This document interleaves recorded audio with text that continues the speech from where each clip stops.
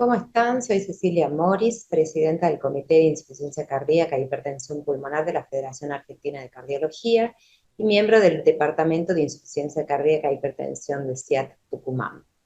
En estos próximos minutos vamos a hablar, más allá de la fracción de eyección, el mismo tratamiento en insuficiencia cardíaca reducida y preservada. Vamos a ver qué nos contestamos al respecto. Podemos ver que ha habido en los últimos tiempos un aumento de la prevalencia de insuficiencia cardíaca, estimándose un aumento del 25% de los casos para el año 2030, afectando aproximadamente un 3,5% de la población, con un aumento de las hospitalizaciones por insuficiencia cardíaca, sobre todo a expensas de insuficiencia cardíaca con fracción de eyección preservada. En Latinoamérica, un 45% de los pacientes con IC tienen fracción de eyección preservada, y eso se debe a un aumento de la esperanza de vida, al envejecimiento de la población y a la epidemia de comorbilidades cardíacas y no cardíacas, y a un mayor reconocimiento clínico de la insuficiencia cardíaca con fracción de eyección preservada. La disminución de la mortalidad general ha disminuido en la fracción de eyección reducida, pero ha aumentado en la fracción de eyección preservada. La tasa de mortalidad por insuficiencia cardíaca ajustada por edad es de 53 por 100.000 pacientes hispanos por año.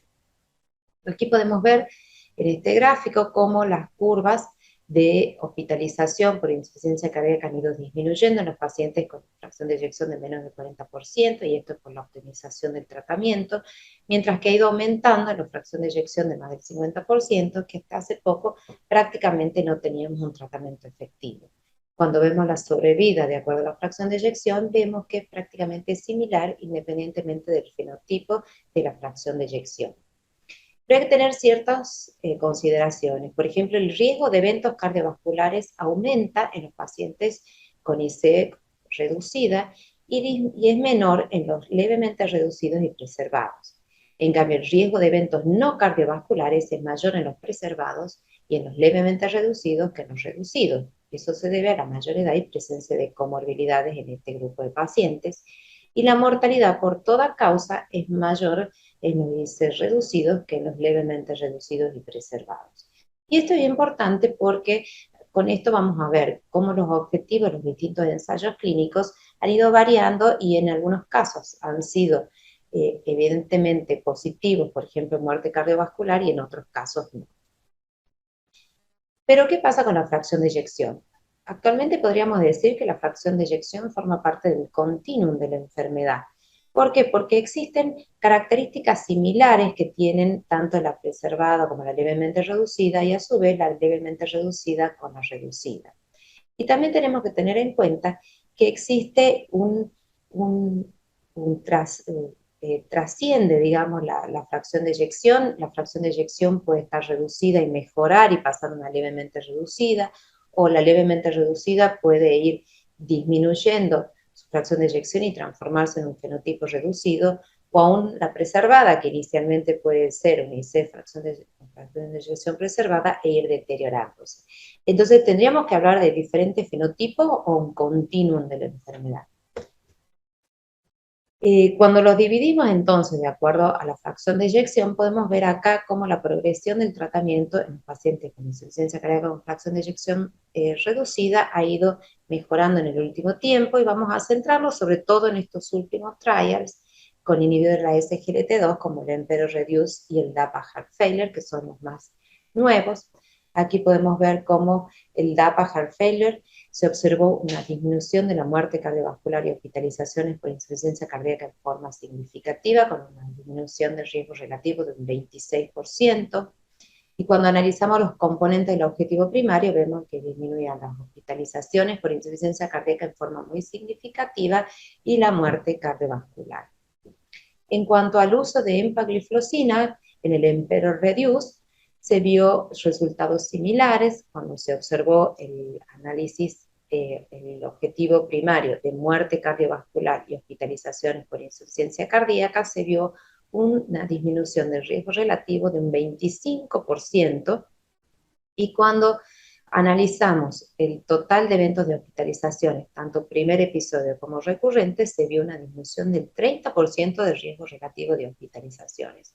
Y como decíamos, estos parámetros son muy importantes, porque no solo disminuimos mortalidad, sino hospitalizaciones por insuficiencia cardíaca, que son muy importantes y tienen un alto impacto, también en mortalidad, pero también en calidad de vida y en costos de la enfermedad.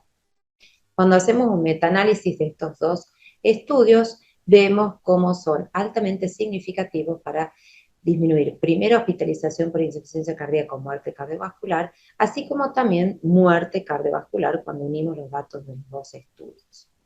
Y aquí podemos ver cómo en un comparativo, prácticamente arrojando los mismos resultados, podremos decir que los inhibidores de la SGLT2 disminuyen las hospitalizaciones por insuficiencia cardíaca y muerte cardiovascular, sobre todo en expensas de las hospitalizaciones, disminuyen la muerte cardiovascular, aunque no tan significativo, y también tiene efectos a nivel renal, disminuyendo la tasa de deterioro del filtrado glomerular.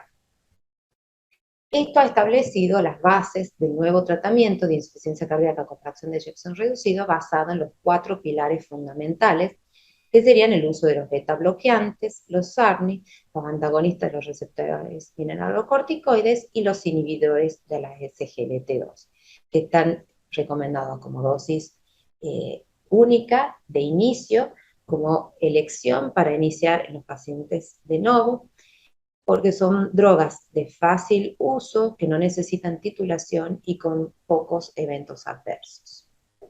Cuando hablamos del tratamiento de la insuficiencia cardíaca con fracción de eyección preservada, vemos que a pesar del tiempo, de largo tiempo de ensayos clínicos, hasta ahora no había ninguno que haya tenido impacto realmente positivo en el tratamiento, hasta la aparición de los inhibidores de la SGLT2, primero con el Emperor Preserve y luego con los resultados del LIVER Trial. Cuando analizamos los antagonistas de los receptores mineralocorticoides en el estudio TOPCAT, a pesar de que el estudio global no dio significación estadística, cuando se analizó la Corte de América, se vio que sí los pacientes tenían un riesgo relativo del evento primario con el uso de espironolactona, y sobre todo las hospitalizaciones por insuficiencia cardíaca, no así en el fenotipo ingresado por Rusia y Georgia. Eso llevó a establecer 3 diferentes fenotipos en estos pacientes, un fenotipo que había sido ingresado en Georgia de pacientes de bajo peso, probablemente POC, quizás mal incluidos, en los cuales que tenían una tasa de eventos bajo y donde no había resultados clínicos importantes.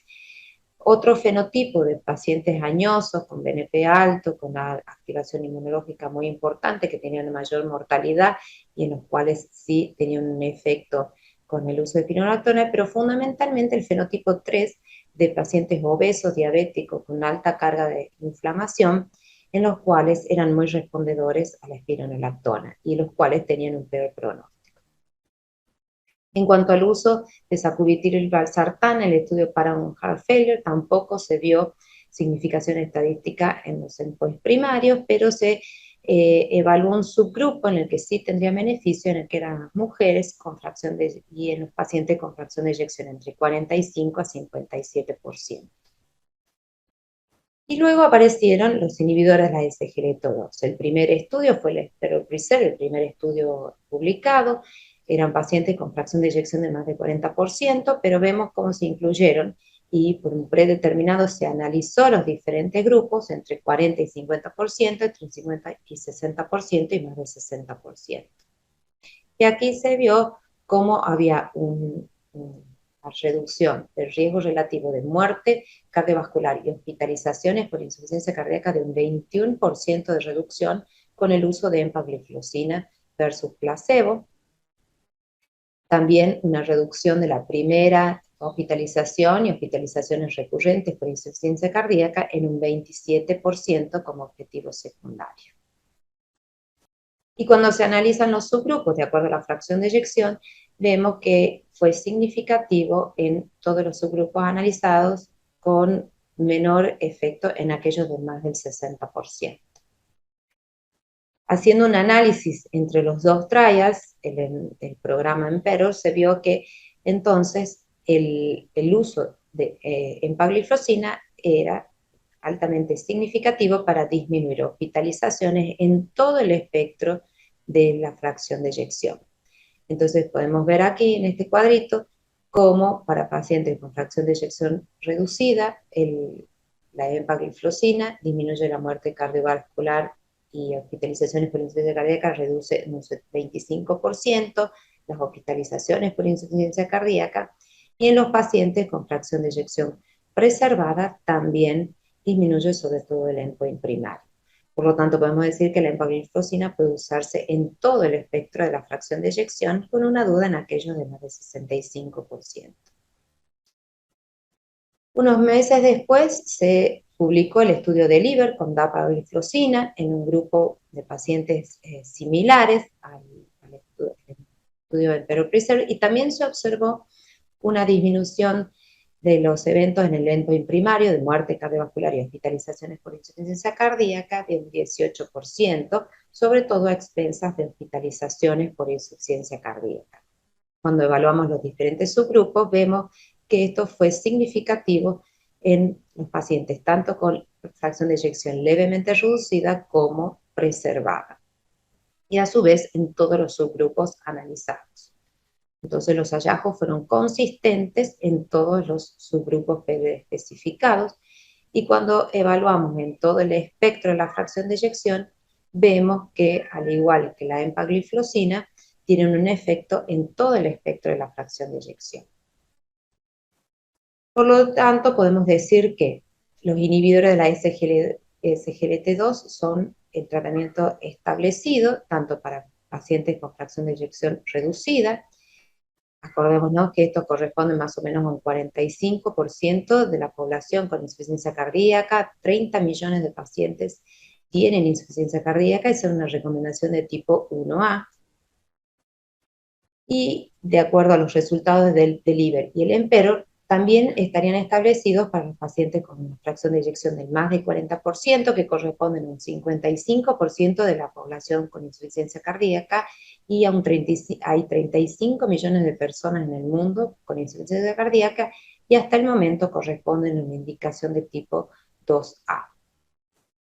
Cuando hacemos un metaanálisis de estos dos estudios, vemos que en el objetivo primario de muerte cardiovascular y hospitalizaciones por insuficiencia cardíaca hay una disminución de un 20% del riesgo, sumando estos, y cuando analizamos muerte cardiovascular también vemos una P en el límite de la significación, y por supuesto las hospitalizaciones por insuficiencia cardíaca disminuyen en forma muy importante.